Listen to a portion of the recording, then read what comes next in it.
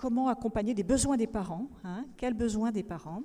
Puis on donnera ensuite la parole à plusieurs parents qui sont là, qui attendent, et que je présenterai peut-être rapidement. Monsieur Krieger, du coup le papa d'Audrey, Madame et Audrey, Madame Monsonego, maman de Robin, Madame Prost, la maman de Vincent.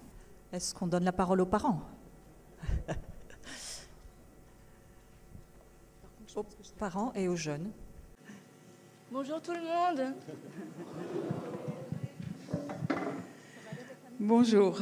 Alors Audrey est née en mars 91 avec un poids et une taille inférieure à la prévision de l'obstétricien et avec le cordon ombilical autour du cou. Durant le dernier mois de grossesse, sa croissance s'est fortement ralentie. À la naissance, elle pesait 2,4 kg pour 46 cm. Le seul conseil qu'on nous a donné était de pratiquer une radio des reins car ses oreilles présentaient une légère malformation en nous expliquant que les oreilles et les reins se développant en même temps pouvaient tous deux présenter une anomalie. Rien de plus inquiétant d'après le corps médical. Nous avons fait les consultations postnatales chez la pédiatre qui constate un petit souffle au cœur. Nous allons chez un cardiologue pédiatrique pour un bilan. Celui-ci nous annonce qu'elle a un rétrécissement valvulaire pulmonaire qui pourrait aboutir à une intervention chirurgicale si aucune amélioration n'est visible dans les 3 semaines. Audrey est alors âgée de 2 mois. Les examens cardiologiques suivants n'ont pas nécessité une intervention, mais donné suite à une surveillance très régulière. Audrey a évolué doucement. À 1 an, elle ne s'asseyait pas toute seule, ne se tenait pas debout en appui et ne faisait pas de 4 pattes. On la portait encore comme un nouveau-né. La pédiatre nous a donc envoyés chez un neuropédiatre. À l'âge de 2 ans, Audrey a été hospitalisée pour un bilan neurologique complet qui s'est avéré normal. Le syndrome de Noonan a été évoqué. En parallèle, un cariotype a été demandé et la normalité des résultats ont favorisé le diagnostic du syndrome de Noonan. Ces différents examens ont également révélé une synostose des coudes. Audrey a continué son évolution et a commencé à marcher toute seule à 22 mois et demi avec des grosses difficultés d'équilibre. Un suivi de psychomotricité a été mis en place. C'est à ce moment que nous nous rendons compte et acceptons la différence de notre fille et en fait qu'il faut aller de l'avant.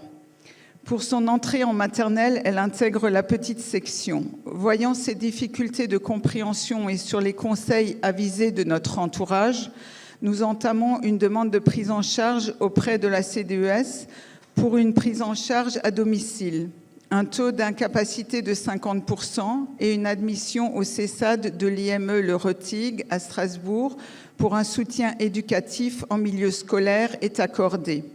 Grâce à cette décision et aux intervenants du CESAD, Audrey a pu suivre ses années de maternelle en milieu ordinaire. Nous continuons nos visites chez le cardiologue et le neurologue, cariotype, scanner cérébral, électroencéphalogramme et IRM cérébral sont normaux. Audrey grandit et atteint la taille des enfants de son âge. Le syndrome de Noonan est abandonné au profit d'un retard psychomoteur. À ce stade, nous décidons d'arrêter les investigations médicales et de mettre en œuvre tous les moyens pour qu'Audrey puisse avoir la vie la plus normale possible. L'ouverture d'une CLIS pour laquelle nous avons œuvré et la prolongation de l'intervention du CESAD permettent à Audrey de poursuivre sa scolarité à l'école primaire du village. Fin de la scolarisation à la CLIS en juin 2004, Audrey a 13 ans. Entre-temps, un nouveau bilan cardiologique conclut à un cœur pratiquement normal, ainsi qu'un bilan ORL qui révèle des conduits auditifs dysmorphiques et une intolérance au son fort. Arrive à nouveau l'inquiétude d'une orientation vers un centre adapté pour notre fille. Il a fallu se tourner vers Saverne, le Rosier Blanc, ou Strasbourg, Sifas, Bischheim. Nous avons fait visiter ces différents centres à Audrey qui a vraiment maintenu sa préférence d'aller au CIFAS. Soutenu par le directeur du CESAD qui a présenté notre dossier et malgré sa complexité pour éloignement et mise en place d'un transport personnalisé en taxi, Audrey a pu entrer au CIFAS de l'IMPRO de l'APEI de Strasbourg le 1er septembre 2004 à l'âge de 13 ans et demi. Durant les années CIFAS, Audrey a pu apprendre les gestes du quotidien, vivre dans un appartement, les déplacements, continuer sa scolarité dans une classe intégrée au collège puis au lycée de Bischheim et découvrir le monde du travail à travers des stages dans le monde ordinaire. Bibliothèque, supermarché, cuisine, service courrier, blanchisserie, etc.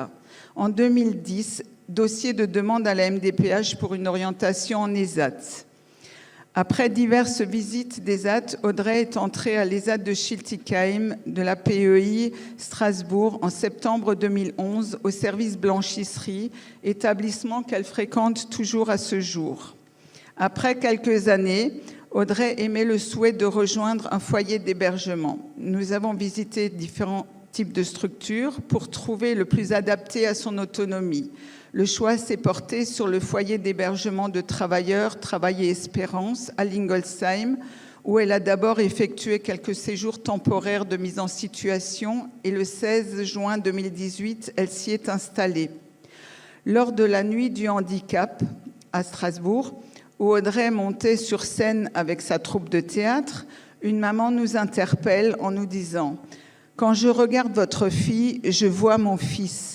S'ensuit une discussion sur un syndrome dont nous ignorions l'existence, Williams-Eberen.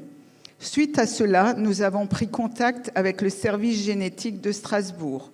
Lors de l'entretien avec la généticienne ici présente, son diagnostic s'oriente vers le syndrome Williams-Eberen. Une analyse chromosomique sur puce ADN est faite. Cette analyse confirme le diagnostic. Elle est porteuse du syndrome Williams-Eberen. Audrey a 28 ans et demi.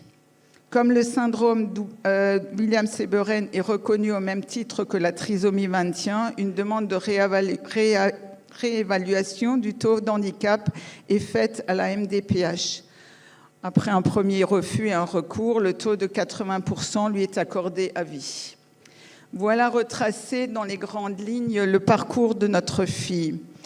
À la naissance d'Audrey, et pour effectuer toutes ces démarches et honorer tous ces rendez-vous, j'ai d'abord pris un congé parental, non rémunéré à l'époque, suivi d'un emploi à mi-temps et avoir eu la chance d'avoir eu un patron très compréhensif pour mes nombreuses absences. Ce choix a une grosse influence négative sur ma retraite. Il faut par ailleurs noter que notre fille a été très patiente, très volontaire et coopérative durant ces longues heures passées en salle d'attente pour des rendez-vous, examens et des tests. Sachant que les principaux facteurs du syndrome Williams-Eberen sont le problème cardiaque, donc rétrécissement valvulaire pulmonaire, la déficience intellectuelle et le retard psychomoteur, il est regrettable que durant toutes ces années, aucun professionnel de santé ne nous ait conseillé de refaire un karyotype, à part cette maman croisée par hasard. Durant tout ce parcours rempli d'embûches, de difficultés et de doutes, nous soulignons le fait d'avoir été entourés de personnes bienveillantes, d'amis professionnels du monde de l'handicap qui nous ont permis de trouver des solutions et d'arriver à faire évoluer notre fille dans des structures adaptées pour lui permettre de vivre une vie presque normale. Nous leur en sommes très reconnaissants car beaucoup de personnes dans la même situation n'ont pas eu autant de chance. La génétique ayant entre-temps bien évolué, les syndromes de ce type sont heureusement plus rapidement à diagnostiquer aujourd'hui. Merci pour votre écoute. Oui, je le dis. Est-ce que quelqu'un a une autre question à poser à Audrey sur un point non abordé ?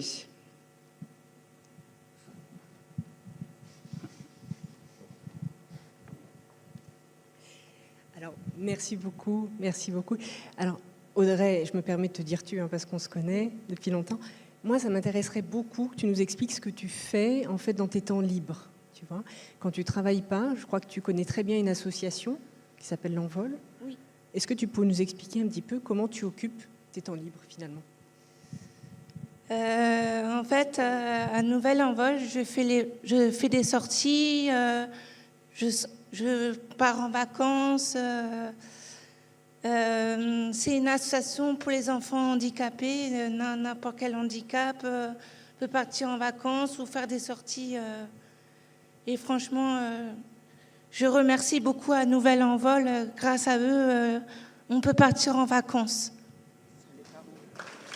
Sans les parents.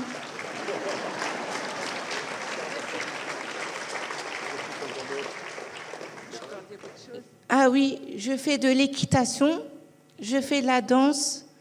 Bon, c'est vrai, il y a longtemps, je faisais du théâtre aussi. Je fais la marche nordique.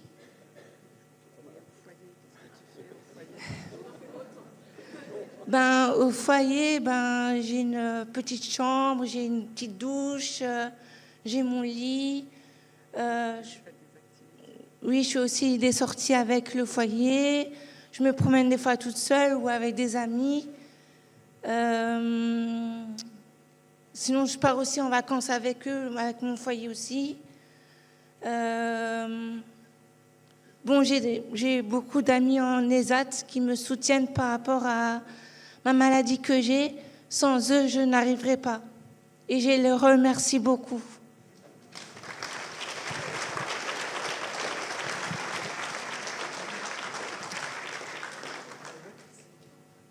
Merci beaucoup à Audrey. Je vais donner la parole à Madame Monsonego. Bonjour, je m'appelle Christine, je suis la maman de Robin, qui est un grand gaillard de 33 ans. Ah, excusez-moi. Donc, c'est un grand gaillard de 33 ans et il est épileptique, pharmacorésistant. C'est une épilepsie sévère parce qu'elle a débuté, il avait 2 ans et demi et il fait toujours des crises malgré un nombre incroyable de médicaments essayés. Et il continue à faire 3 crises par nuit. Alors, bon, c'est un... On a gagné parce qu'au départ, il faisait 60 crises par jour et une centaine d'absences. Donc, en 30 ans, on a gagné.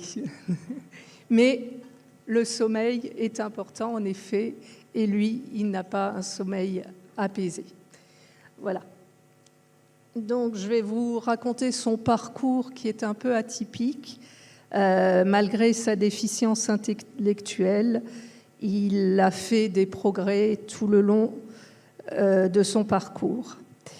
Alors, la maladie, je vous ai dit, a commencé alors qu'il avait 2 ans et demi. Son pédiatre nous a envoyés tout de suite chez un neurologue qui nous a envoyés à Paris 2 mois après parce que les médicaments n'avaient aucun effet.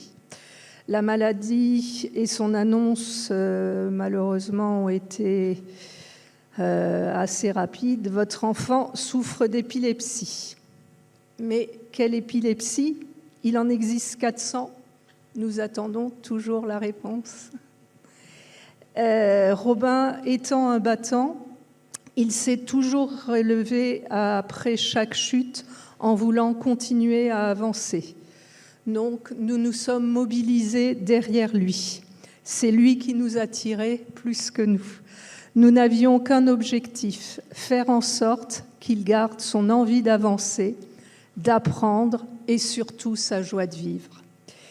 C'est à ce moment-là que nous aurions eu besoin d'aide. Mon credo étant, si on ne fait rien, il ne va pas s'en sortir. Il avait tout perdu. Il ne savait plus marcher, plus manger, plus parler. Mais les neurologues m'ont répondu, laissez-le tranquille, il est malade, madame. Que voulez-vous faire? Après, à 8 ans, il n'apprendra plus rien. Nous nous sommes débrouillés donc tout seuls pour trouver et le faire suivre par un pédopsychiatre, une orthophoniste, un psychomotricien et une kiné qui l'ont bien aidé. Devant la difficulté de vivre avec cette maladie et le peu d'informations sur le quotidien et sur l'évolution de nos enfants, plusieurs parents ont créé des associations à cette époque. Mais il y a une trentaine d'années, nous n'avions que le téléphone et le courrier pour communiquer, et c'était grâce aux médecins que nous pouvions entrer en contact avec d'autres parents. Maintenant, Internet permet à un jeune parent de trouver plus facilement une association qui est un formidable lieu d'entraide, de ressources et de partage. Vous, les médecins, poussez les parents à aller contacter des associations. C'est très important. Alors, Robin était en crèche quand il est tombé malade et notre famille avait une particularité, c'est que j'étais enceinte. Il est tombé malade un 11 novembre et ma fille est née le 30 novembre. Donc, c'était très compliqué pour nous tous. Donc, il reprend la crèche en mars avec sa sœur, alors qu'il était tombé malade en novembre. Et moi, je reprends mon travail à mi-temps. Parce que je me suis dit, si je ne sortais pas du milieu familial, je ne tiendrais pas. Et tout reposait sur moi. Mon mari a été formidable, mais toutes les décisions, c'est moi qui ai dû les prendre. Et donc, il fallait que j'aie un équilibre pour moi aussi. Alors, mais je me rends compte très vite, dès Noël, que Robin n'arrive plus et décroche. Je demande qu'il soit maintenu en petite section. C'est accepté et on lui accorde une AVS qu'il gardera pendant les 3 ans où il restera en maternelle. Donc, il a fait 4 ans de maternelle. Comme on ne le comprend pas, qu'il bave beaucoup, les autres enfants se moquent de lui et le frappent pendant les récréations. Mais tous les matins, il me demande de retourner à l'école. Gros problème après la maternelle. Je ne voulais pas qu'il aille en CP, il en était incapable. Alors, je ne suis pas une mauvaise mère, comme certains me l'ont dit. J'étais instite jusqu'à il y a 2 ans, je suis à la retraite. Et donc, je savais et je connaissais les besoins d'un enfant entrant en CP.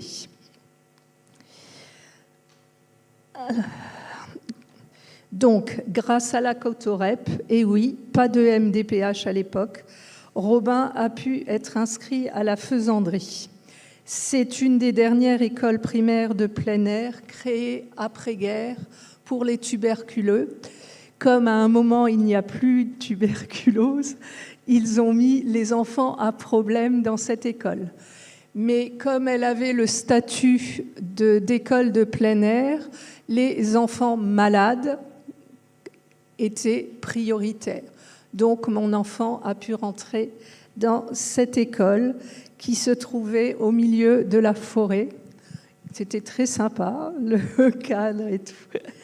Voilà. Mais le problème, c'est qu'il y a été harcelé par les plus grands, qui avaient une proie facile parce que dès qu'on l'embêtait, il se mettait à hurler. Et on l'appelait la sirène. Alors, c'était très rigolo pour eux.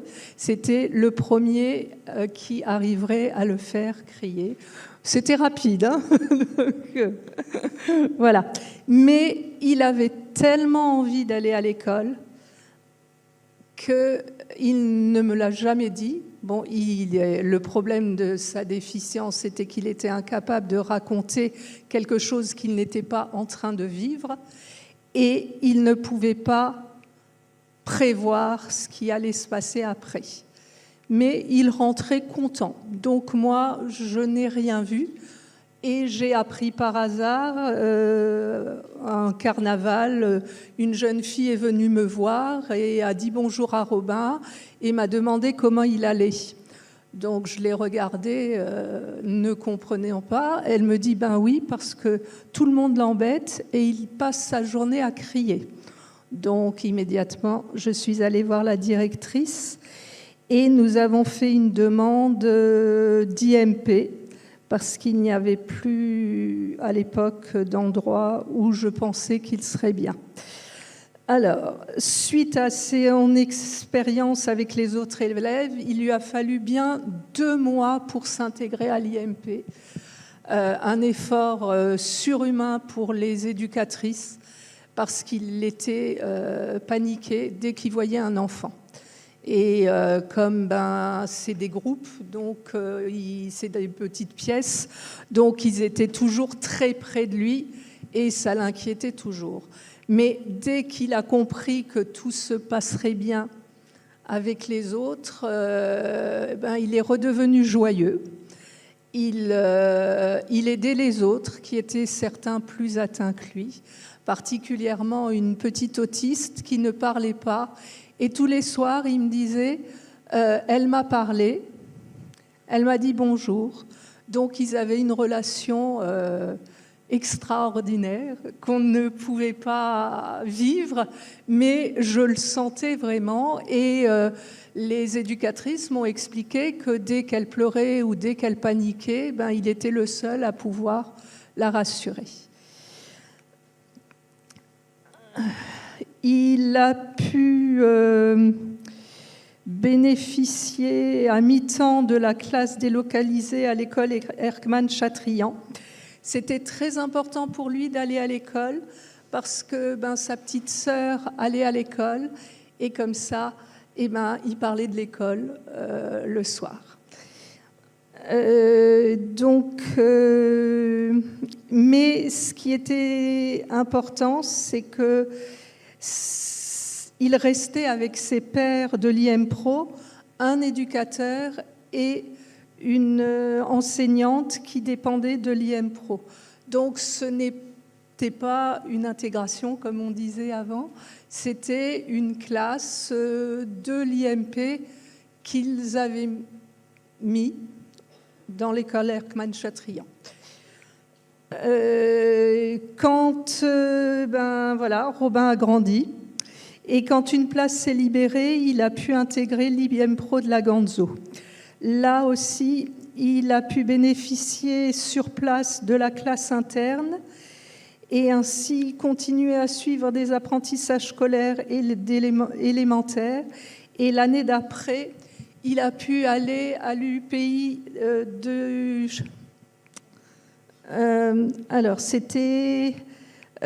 qui avait été créé au collège du Stockfeld. Un professeur des écoles y accueillait 15 jeunes de l'IMPRO en 2 groupes, donc c'était à mi-temps aussi.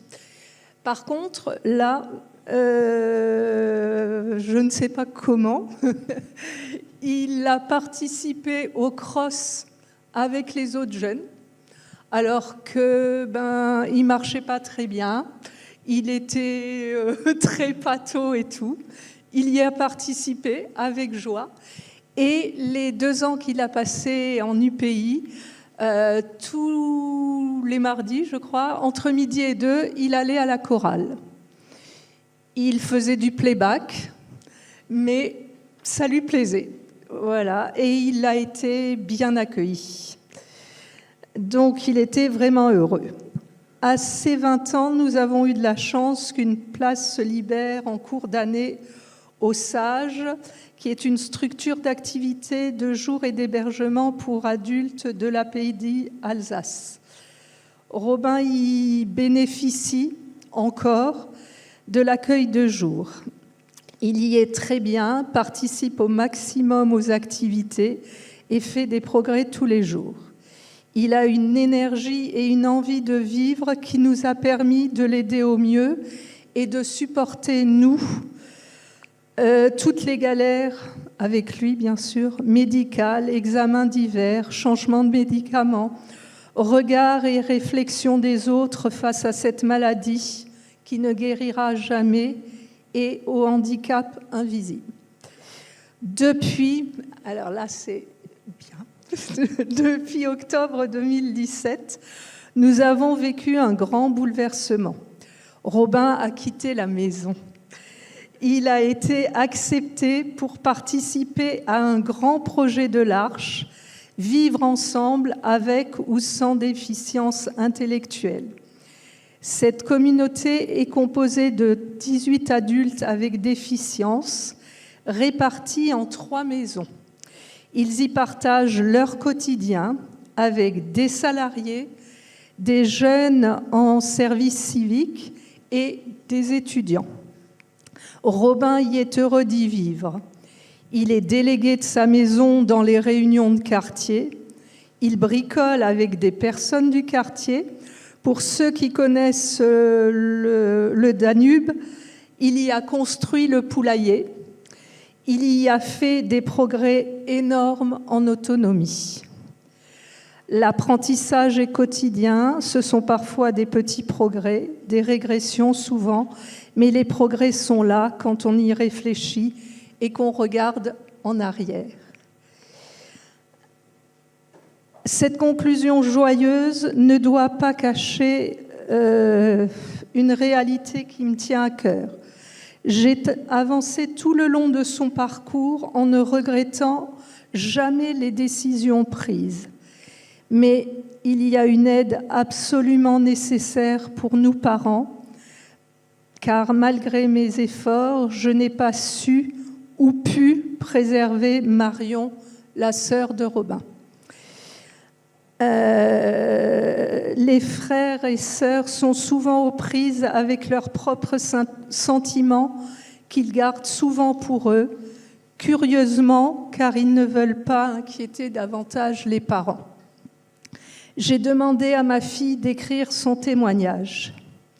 Elle me demande de préciser qu'elle est la cadette avec 2 ans de moins, parce que selon que l'enfant soit le cadet ou l'aîné, les ressentis ne sont pas les mêmes du tout. Donc, c'est elle qui a écrit ce que je vais vous lire. Un handicapé mental, c'est comme un jeu de société. Ça fait rire de 7 à 77 ans. Voilà une phrase qui m'est un jour venue à l'esprit alors que j'avais 8-9 ans. Grandir avec un frère ou une sœur handicapée mentale, c'est être systématiquement exposé aux moqueries lorsqu'on se trouve en sa présence en dehors du cercle familial. Quand ce ne sont pas les regards moqueurs que nous subissons, ce sont des regards de dégoût ou de pitié que nous croisons. La difficulté numéro 1 est donc de se construire en société, en tant qu'individu, au-delà de ces regards et ou dans le stress qu'ils génèrent chez nous.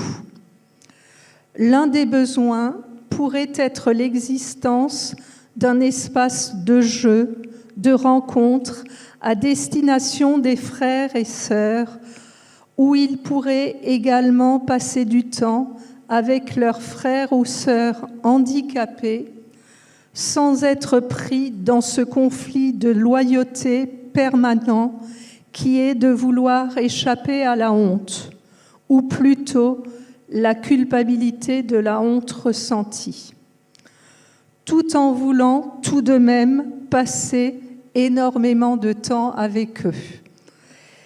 L'école a un rôle crucial dans la construction de ce que nous sommes et il est, à mon sens, le seul endroit social où l'on peut se construire une identité propre et détachée du handicap.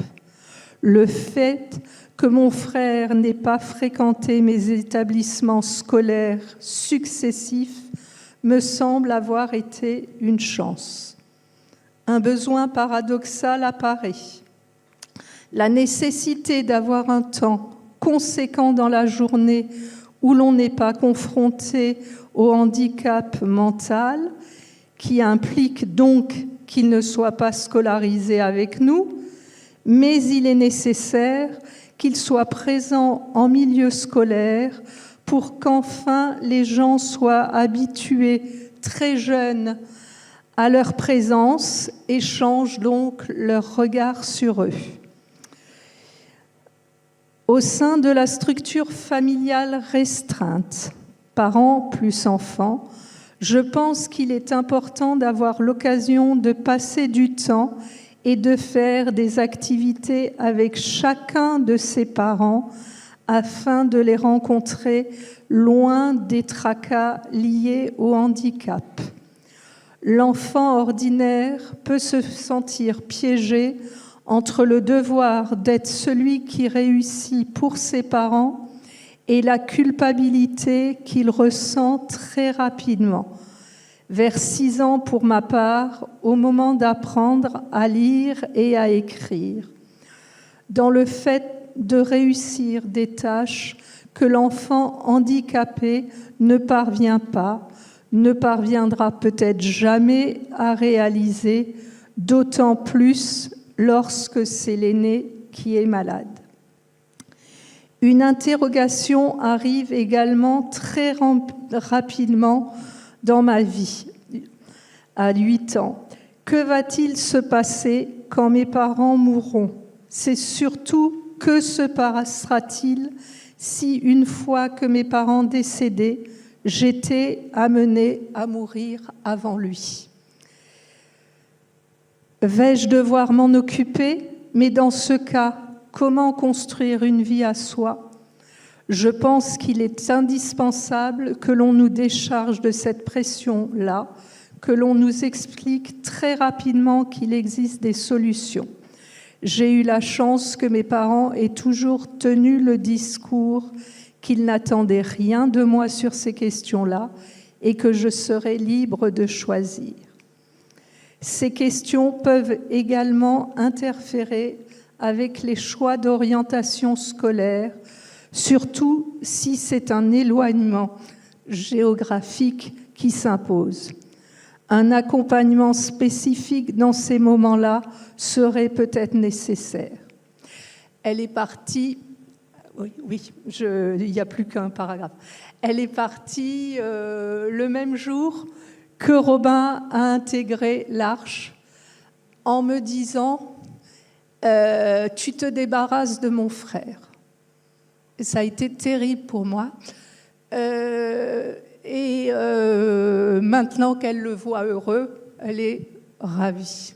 Mais le fait qu'elle partait, elle me disait « Mais je ne verrai pas si tu me mens ou pas. » Voilà, c'est pour ça qu'elle parle de l'éloignement géométrique.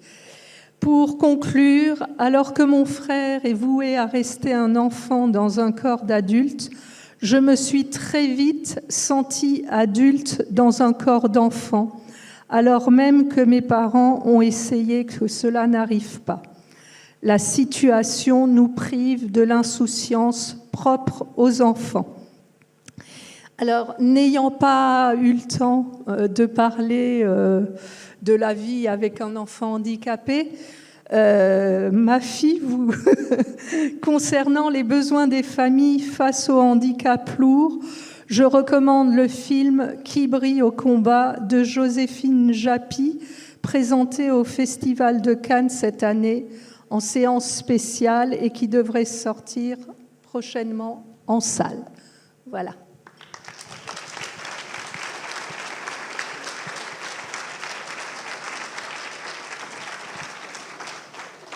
Merci. C'était en fait un double témoignage.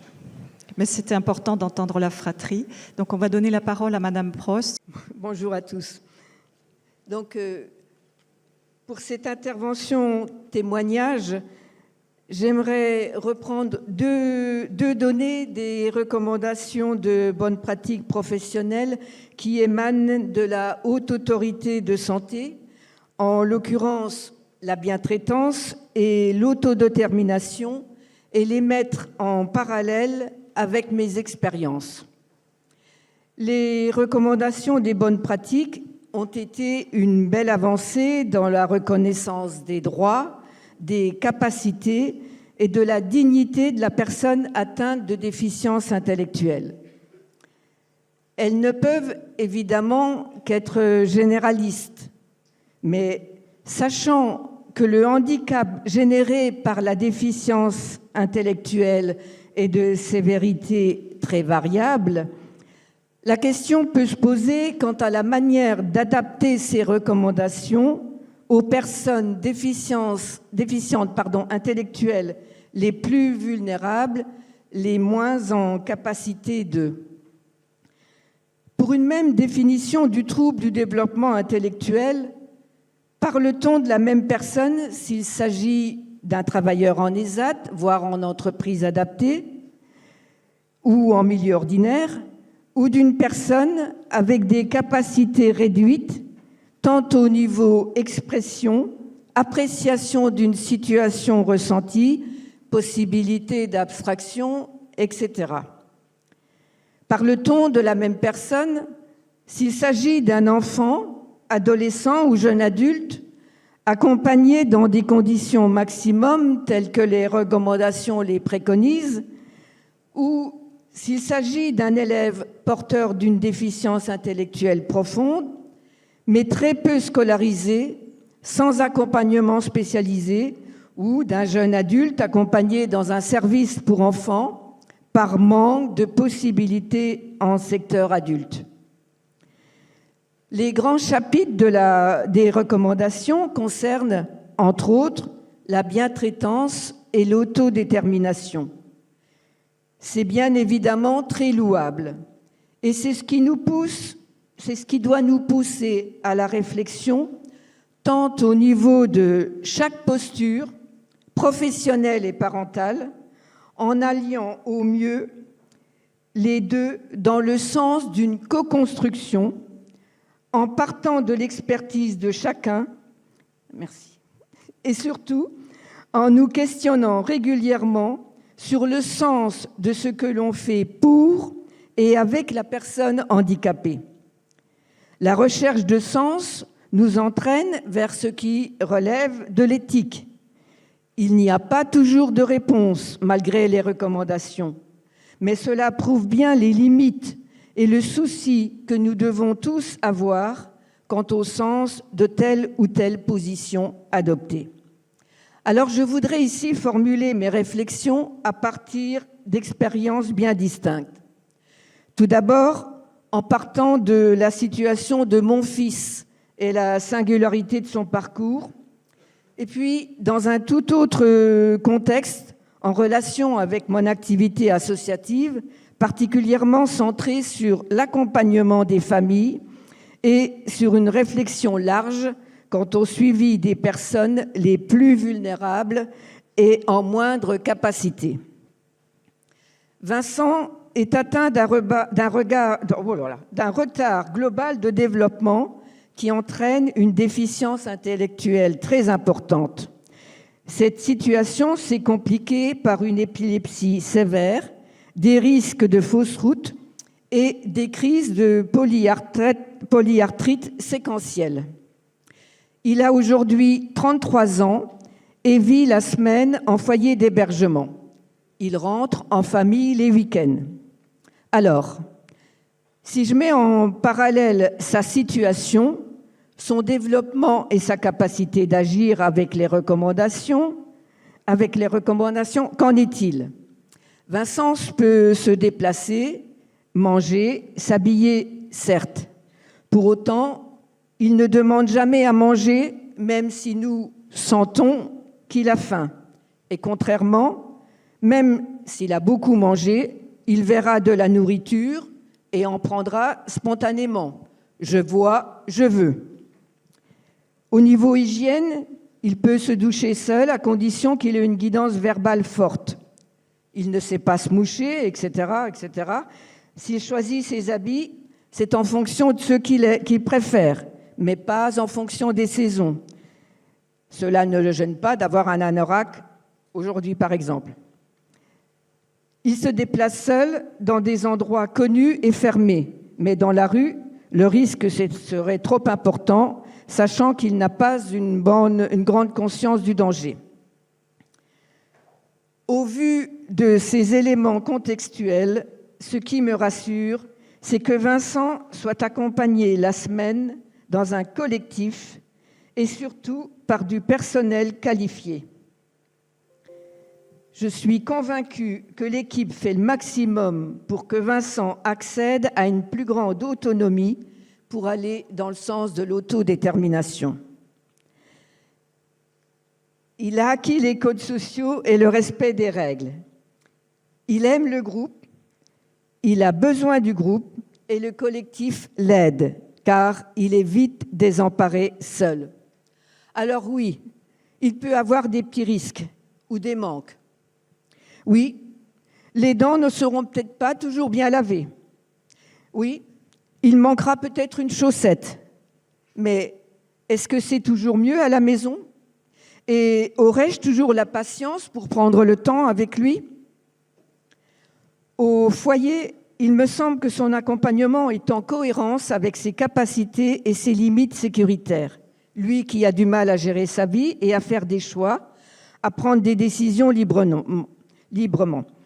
Et nous ressentons bien qu'il a véritablement le sentiment d'appartenir à un groupe de pairs. C'est important et il l'exprime. D'ailleurs, il parle de ses copains et a plaisir à retourner au foyer dès la fin du repas dominical. Et c'est bien l'accompagnement spécialisé qui lui a permis une meilleure capacité d'autodétermination. Les parents et le personnel accompagnant n'ont pas toujours le même regard, mais c'est ce qui fait la complémentarité. La co-construction dans le cadre du projet d'accompagnement me semble essentielle. Vincent ne verbalise pas ses difficultés ou très rarement. Il ne dit jamais s'il a mal quelque part. Nous nous rendons compte, par exemple, de sa crise d'arthrite lorsque nous le voyons boiter. À la question « Comment ça va ?», quelles que soient les circonstances, il répondra toujours « Très bien », même si nous le sentons en désarroi. Et le questionner plus n'apportera pas d'éléments supplémentaires de sa part. Pour autant, grâce aux nouvelles technologies, et j'ajouterai à la patience de son père, vous verrez peut-être tout à l'heure un petit film qui illustre la capacité de Vincent dans sa prise d'autonomie et donc un pas vers l'autodétermination. Alors quand nous parlons d'autodétermination, nous parlons aussi de choix. Or, en tant que parents, nous nous rendons compte combien la stimulation est essentielle et aide notre fils à garder un certain cap. Le week-end, si nous n'étions pas un peu insistants, si nous lui laissions toujours le choix, il zapperait continuellement entre la télé et ses disques à écouter. Mais vous avez compris, il sait faire autre chose. Et si nous voulons qu'il conserve les acquis, il n'y a pas de choix. Il faut continuer à le stimuler. D'ailleurs, en insistant un peu, il accepte nos propositions et semble bien souvent satisfait ensuite. De la même manière, par exemple, nous lui avons appris à jouer au Uno. Et c'est un apprentissage qui porte ses fruits, tant pour les règles à suivre, le repérage des chiffres, des couleurs, que par le plaisir qu'il y prend.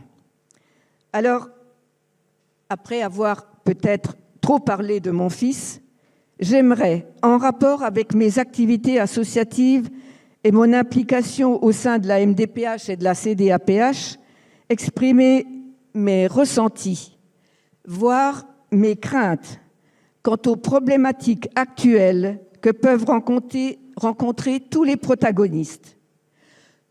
Je pense en particulier aux personnes handicapées intellectuelles directement concernées, bien sûr, mais aussi aux familles, aux aidants, aux enseignants, aux professionnels de tous bords.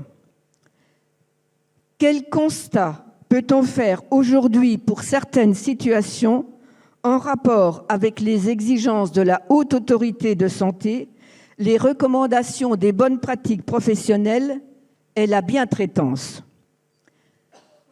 La Haute Autorité préconise d'élaborer un projet personnalisé en tenant compte des besoins de la personne. Que peut-il en être lorsque l'enfant n'est pas en capacité de suivre en classe ordinaire, ni en Ulysse, et qu'il est inscrit à l'école, certes, mais scolarisé 1 à 2 heures par semaine. Je n'exagère pas. Ce sont malheureusement des situations trop courantes. Est-ce de la bientraitance ? Il est certain que l'école de la République ne peut répondre à toutes les situations complexes. Mais n'est-ce pas un devoir de toute société de proposer un parcours digne à chaque personne et, en l'occurrence, pour ces jeunes, l'accompagnement par une structure adaptée à leurs spécificités.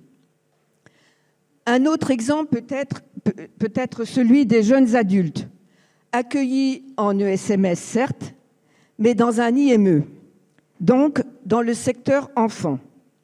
Ces jeunes restent accompagnés par leur établissement de référence, mais ils auraient besoin d'un suivi adapté à leur âge, entourés de personnes du même âge et avec des professionnels spécialisés dans l'accompagnement des adultes. Je ne m'étends pas plus, pas de temps, ce n'est pas le lieu non plus, mais une fois encore, peut-on parler de bientraitance dans ces situations ? N'oublions jamais que ces inadéquations entre les préconisations de la Haute Autorité de Santé et les réalités de terrain peuvent entraîner des souffrances psychiques sévères, tant pour les personnes que pour les familles. Je pourrais malheureusement citer bien d'autres situations. Mais il est temps de conclure. Alors j'aimerais revenir quelques instants sur ce qui doit nous rassembler. En fonction des besoins de la personne, quel sens donner à nos actions, que l'on soit parent, aidant, professionnel ? Comment aider la personne à traduire une appréciation d'un plaisir ou des plaisirs ressentis ? Comment être certain de son consentement ? Cela pose évidemment des questions d'ordre éthique. Alors je me permets aussi, et pour en terminer, d'exprimer un regret. Comme trop souvent, lorsqu'on parle des troubles du développement intellectuel, alors ce n'est pas ce qui s'est passé ce matin, mais en lisant certains textes, nous pensons aux personnes les plus capables. Preuve s'il en est, dans les recommandations de la Haute Autorité, les exemples donnés sont souvent consacrés aux plus à même d'exercer leur pouvoir d'agir. Travailleurs, personnes en capacité de passer le permis de conduire, etc. Pourquoi ne nous pencherions pas une fois sur la question des plus vulnérables, de ceux qui ne rentrent pas dans les bonnes cases, ceux qui ne seront jamais traités en exemple ? Je fais ce rêve. Merci.